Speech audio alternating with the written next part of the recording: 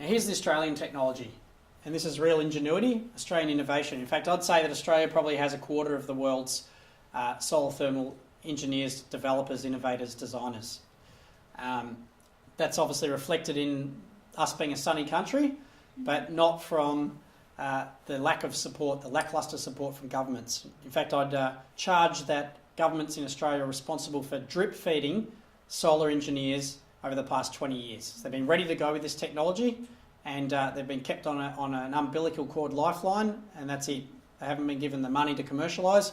If it was solar coal or something like that, it'd be everywhere. It'd be all over the front page of the newspaper, on television during advertisements. We'd be hearing about it from every politician, but no, it's solar energy, and it competes with coal. And that's why we don't hear about it, because it competes with coal, gas and oil. So here's Osiris technology. I'll tell you a bit about that. So the first picture is Osiris solar thermal plant. What they actually did in order to get money out of the government is they came up with a plan to convince the former government that they could build a solar plant that would preheat steam going into a coal power plant. So the cheque was written on the spot. It said, oh, solar and coal, that's fine. So that's how we got the Liddell Power Station. Now the beauty of that was Dr. David Mills from AUSRA, originally from University of Sydney, one of our academics, was able to collect the data from the mirror field and prove that the numbers he'd come up with his papers were correct. And he went straight over to Silicon Valley and grabbed the people who started the tech boom in the US and got their money and their funds behind it and created this company, AUSRA. So here's a diagram of how it works. It's just like a trough plant, only it's much cheaper to manufacture because they divide the parabolic trough shape up into a series of linear mirrors which can be made on a simple manufacturing plant. These then are angled at a slightly different angle and reflect the light up onto the absorber. So just like the old 1912 approach, but no expensive bended mirrors.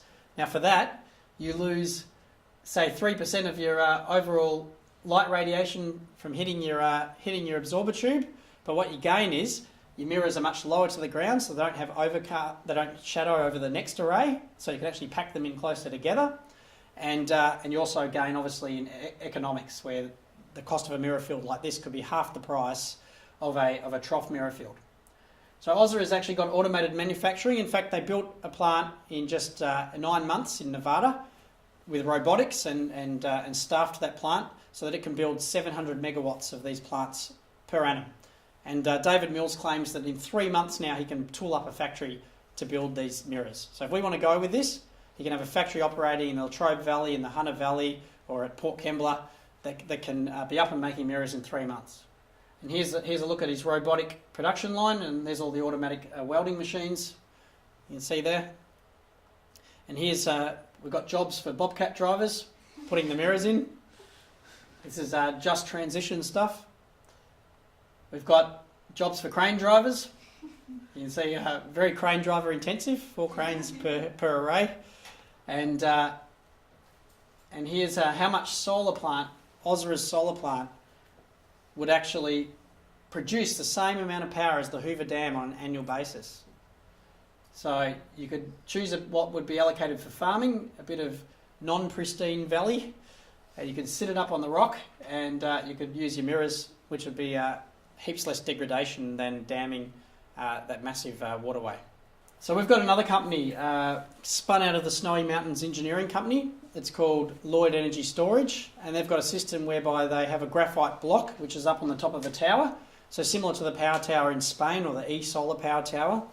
But this company actually has a graphite block, and the sunlight strikes directly into the graphite block. It's stored there, so whether they want power during the day or night, they just pump the water through, produce the steam and drive that turbine. In fact, they're going to make Cloncurry a net zero emissions town once this plant goes online. So that's actually a private company. Most of the other efforts in Australia, Australian National University, University of Sydney, University of New South Wales, are spun out of activity at universities. This company's actually come out of the Snowy Mountain Engineering Company, which itself came out of the Snowy Hydro Scheme. So they've been moving forward with renewable energy in Cooma, and that's where we're leading. Again, small support from the government, $5 million for commercialisation. We should be talking hundreds of millions of dollars for each of the 3 or 4 main groups in Australia that are doing solar thermal technology, because this is going to be the power technology for the world for the future. And here's a diagram of what Wizard Power, which is the Australian National University technology, is going to look like. They're building a plant at Whyalla in South Australia. And here you've got a number of dishes. They're 500 square metres. They've got an automated manufacturing process that can be done on site, where they can actually roll the steel on site, bring the mirrors in. It's all containerised, and it can be the giant dishes can be assembled on site and put up, 1 or 2 a day, depending on what's required. So we have thousands of dishes. The advantage here is that they can produce really high temperature steam, so there's potential there to replace industrial process heat. And we know that in Whyalla, you've got a massive industrial process heat user, and that's the giant steelworks. So there's an opportunity there to power the future steel making. And they've got their own storage technique as well. We've seen the solar salt storage and those big tanks, which is pretty simple. At ANU, they've got ammonia thermochemical storage, which uses an endothermic and exothermic reaction. So they basically get the ammonia, they break it up into nitrogen and hydrogen. That's stored away in a tank. And then when they need the heat again, could be a week later, could be 6 weeks later, they can then, in the presence of a catalyst, they can then get the heat back out by recombining the nitrogen and hydrogen back into ammonia. So it's a closed loop system, and it's something they can drive. So the overheads they have to pay for in the process are the pumping and the compression and things like that of the ammonia. So here you've got another approach, which is an Australian innovation from Victoria. This one's not solar thermal, but it's concentrating solar photovoltaic. So they're using the kind of panel you're used to seeing on the roof of your house, except they're using the space version. So it's, instead of being 15% efficient, like the one on your roof, they're using one that is 30 or 40% efficient. They put them up in the receiver point of the tower, reflect all the light up there. They run water from, say, a municipal waste treatment facility through behind the photovoltaic panel as fast as they can to try and keep it at below 50 degrees Celsius so that the panel doesn't disintegrate. And then they can actually make that panel act like it's 500 times bigger than what it is and produce that much electricity directly.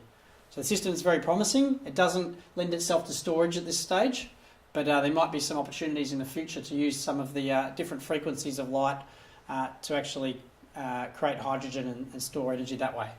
But certainly another approach to producing our power from solar energy. So here's something that was done at the ANU. This gives you an idea of the amount of Australia needed with just 20% of coverage. So that's 80% for existing land use, like grazing sheep or something like that, to produce all the power, all the gross primary energy that we use. So you remember back to the big bar graph? So this square here shows you how much energy it would take to produce everything on the left of the graph. So that's everything that goes up to the atmosphere in the Latrobe Valley in losses. So if we want to produce that as well, plus the energy that actually makes it to light our house and run our computers, plus the energy that we waste when we're driving our car through the losses through heat and through extraction and exploration and cracking of oil, all those losses, they're all in there. So if we actually just want to provide the energy we need, so that's the stuff that gives us our final energy, the energy that's at the wheels of our cars or at the wheels of our trains or lighting our houses, well, we'd only need about a third of that. So a very small area. Now, of course, you wouldn't locate it all in that one location. You'd distribute that. In fact, I've got a diagram to suggest that. Here's one for Victoria. This area here with Ozra's plant would combined with this area here would give you 100% of with wind power would give you 100% of our power from renewables.